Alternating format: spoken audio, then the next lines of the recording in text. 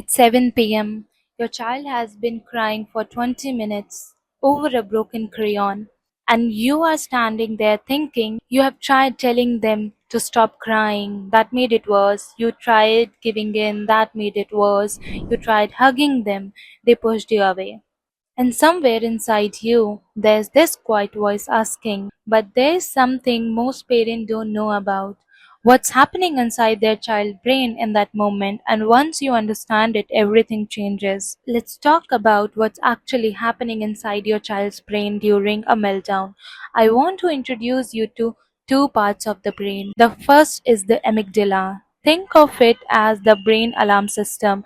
It's always scanning, looking for anything that feels threatening, overwhelming, or out of control.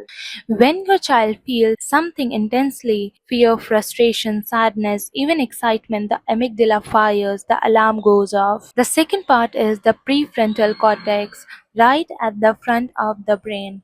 This is the thinking brain. It handles reasoning, decision making, impulse control, and emotional regulation. In adults, this part is fairly well developed, but in children, it's still under construction. Here's what happens during a meltdown. When the amygdala fires that alarm, it shuts down the prefrontal cortex. The two are in a kind of tug of war, and when emotions are intense enough, the alarm system wins.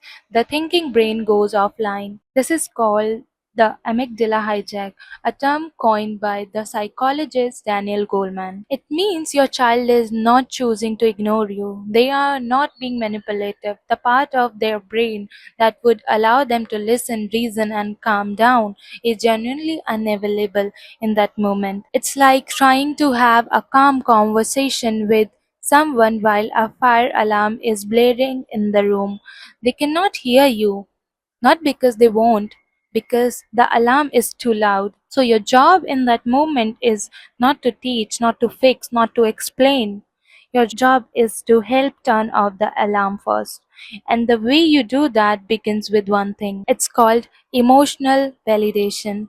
And I know that sounds like a therapy word, but it's actually very simple. It means before you solve it, you name it. Most parents say something like this: "Stop crying, it's just a crayon, we can get another one." What the child hears is, "Your feelings are too much, you are overreacting, calm down." And the amygdala, it stays activated because now the child feels misunderstood. On top of everything else, validation sounds like, "Hey, I can see you are really upset right now. That must feel really frustrating." That's it. That's the whole thing.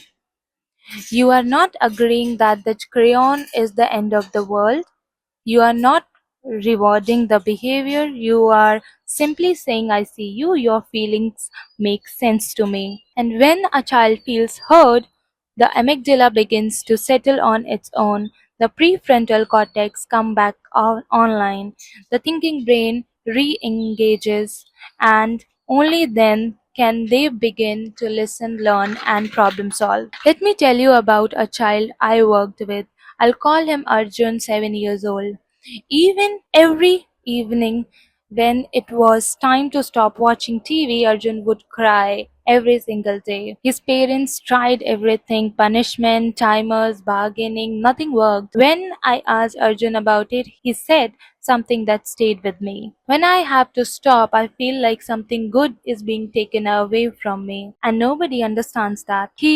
He wasn't being manipulative. He was grieving a small loss every single day, and no one had ever named that for him. The moment his parents started saying, "I know it feels hard to stop something you are really enjoying," before the battle even began, the meltdown dropped significantly within 2 weeks. Not because the rule changed, because he finally felt understood. That's the power of validation. It doesn't just calm your child in the moment. Over time, it teaches them that big feelings are survivable, that emotions have names, and that they don't have to face them alone. So, let me give you something you can actually use: a simple 3-step framework. I call it name, claim, theme. Step 1: name it. Say what you see. Don't interrupt.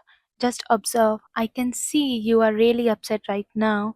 It looks like something is really bothering you. Avoid saying, I know you are angry because, and then filling in the reason. You might be wrong, and that can shut them down further. Keep it open and keep it gentle. Step 2, claim it. Validate the feeling makes sense even when the reaction looks too big for the situation. It makes sense that you feel that way. That sounds really hard. Of course, you are upset. That mattered to you. And I want to be very clear about something here. Validating the feeling is not the same as approving the behavior. Feelings are always valid. Behaviors has limits. But during a meltdown, when the prefrontal cortex is offline, your child cannot absorb a lesson about behavior.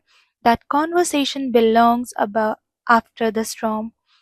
Right now, your only job is to help the amygdala settle. Step 3, tame it. Once they are calm, and only then you help them return to their body. Do you want to take a few slow breaths with me? Do you want a hug or do you need a moment alone? When you are ready, I'm right here. Notice you are offering, not demanding. You are giving them a choice. This matters because during a meltdown, children feel completely out of control.